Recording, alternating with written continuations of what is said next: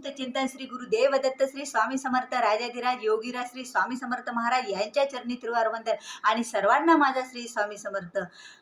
नेमकाच आपला कार्तिक महिना संपलेला आहे आणि मार्गशीर्ष महिना लागणार आहे। तर मार्गशीर्ष महिन्यासाठी सगळ्या महिलांची धावपळ आहे। मार्गशीर्ष महिन्यातले गुरुवाराची पूजा करण्यासाठी, मार्गशीर्ष महिन्यामध्ये दत्त जयंती आहे त्याचा सप्ताह करण्यासाठी, आणि तसंच मार्गशीर्ष महिन्यामध्ये षोडशरात्र मल्हारी पण सप्ताह आहे।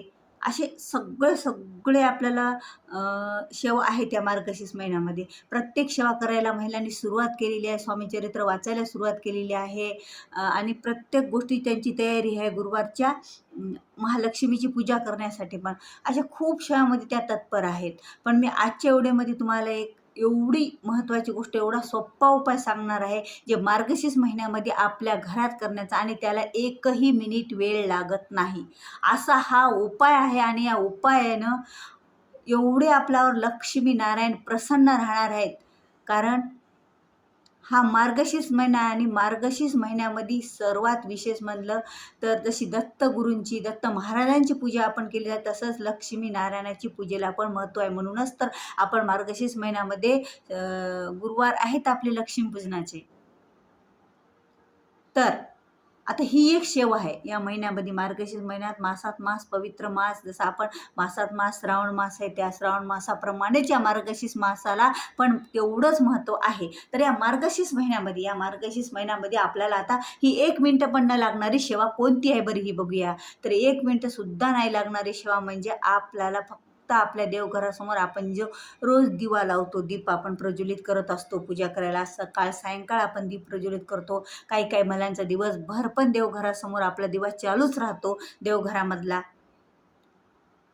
आता हा दीप आपण आपल्या घरातल्या सुखशांतीसाठी, आपल्या घरातल्या पॉझिटिव्ह ऊर्जा आपल्या घरात निर्माण होण्यासाठी, सकारात्मक आपल्या घरात निर्माण होण्यासाठी, आपल्या घरामध्ये एकाग्रता राहण्यासाठी ही अखंड दीप काय आपल्या घरामध्ये कोणी चालू ठेवतो, पण असा राहतो पण चालू। नाहीतर आपण सकाळी पूजा करताना आणि सायंकाळच्या दिवा अगरबत्तीच्या टाईमला पण हा दीप आपण दिवा लावत असतो। तर या व्हिडिओमध्ये मी तुम्हाला सांगणार आहे की त्या फक्त दिव्याविषयी माहिती।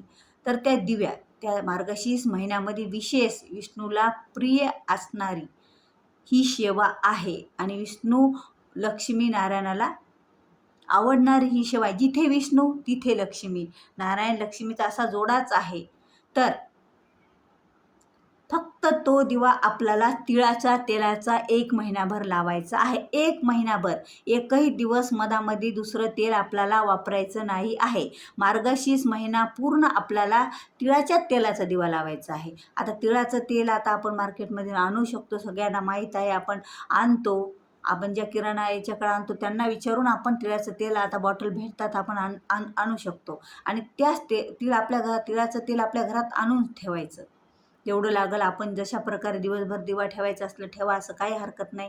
जर आपण सकाळी पूजेच्या टाईमला लावत असेल तेवढ्या वेळेपुरता लावा, परत सायंकाळच्या दिवा अगरबत्तीच्या वेळेला लावत असेल तेव्हा पण फक्त त्या दिव्यामध्ये काय राहिलं पाहिजे, तिळाचंच तेल, दुसरं तेल वापरायचंच नाही। तर ही तिळाचा तेलाचा दिवा प्रज्वलित करायला किती वेळ लागतो? 1 मिनिट पण लागत नाही। तुम्हाला मी म्हटलं ना की ही सेवा 1 मिनिटाची पण नाही, पण एवढी प्रभावशाली आहे। मी या सेवेचा खुद अनुभव घेतलेला आहे म्हणून तुम्हाला सांगत आहे। लक्ष्मी नारायणाला आवडणारी सेवा, विशेष विष्णूला प्रिय असणारा तिळाचा तेलाचा दिवा वापर, आणि त्यात मार्गशीर्ष महिन्यातला सर्वात उत्तम दिवा। आणि जिथे विष्णूचा वास आहे, जिथे व्यंकटेशाचा वास आहे, आता व्यंकटेश तुम्हाला माहीतच आहे, तर जिथे विष्णूचा वास आहे तिथं लक्ष्मी त्यांच्यासोबत आहे। तुम्हाला एक कथा माहीत आहे का? आपल्याला बळीराजाला सत्व पाहण्यासाठी, बळीराजाची परीक्षा घेण्यासाठी देवाने वामन अवतार घेतला होता आणि बळीराजाला 3 पावले जागा मागितली आणि 3 पावलाचं रूप त्याने एवढं मोठं केलं, आणि म्हणजे छोट्या रूपामध्ये बळी महाराज 8 वर्षाच्या मुलामध्ये का 8 वर्षाच्या मुलाचं रूप घेऊन सनी विष्णू बळीराजाकडे आले आणि बळीराजा हा दानशूर होता, तो काही जे मागितलं ते द्यायचा। त्यामुळे विष्णू त्यांच्याकडे त्याचे सत्व पाहण्यासाठी आले आणि त्यांनी फक्त 3 पावले जागा मागितली। तर आता बळीराजाला वाटलं 3 पावले जागा म्हणजे किती असती छोट्या मुलाची, त्यांनी त्यांना हो म्हटलं, दिली।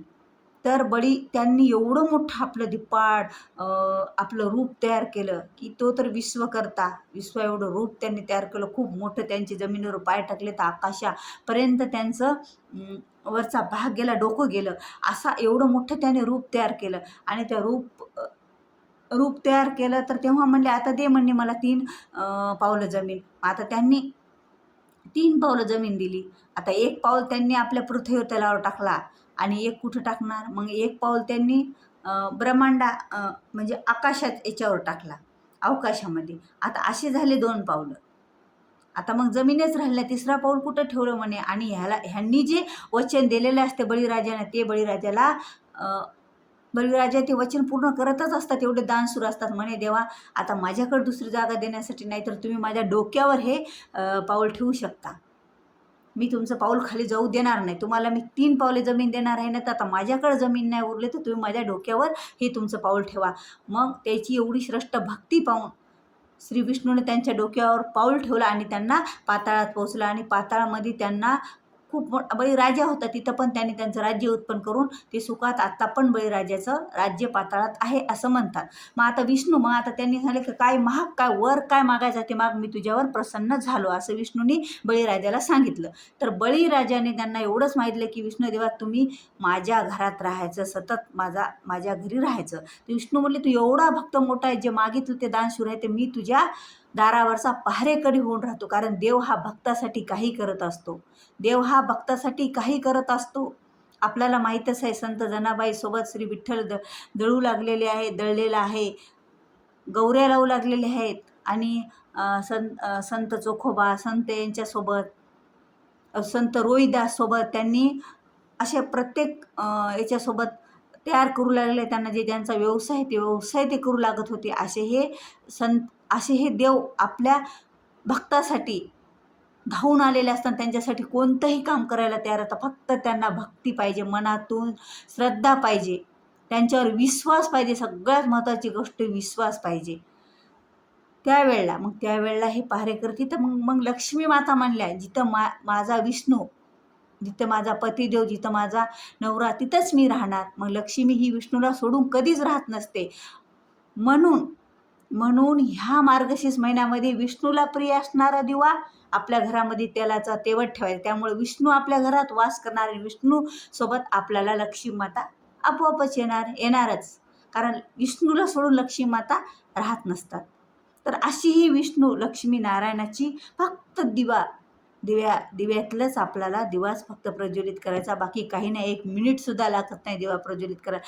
एवढी सोपी आणि सरळ सेवा आणि त्याचं फळ एवढं अतिउच्च कोटीचं की आपल्या घरामध्ये लक्ष्मी नारायणाचा जोडा राहणार. आपल्या घरातले सगळ्या समस्या सुटणार. आपल्या घरावर त्यांचे आशीर्वाद प्राप्त होणार.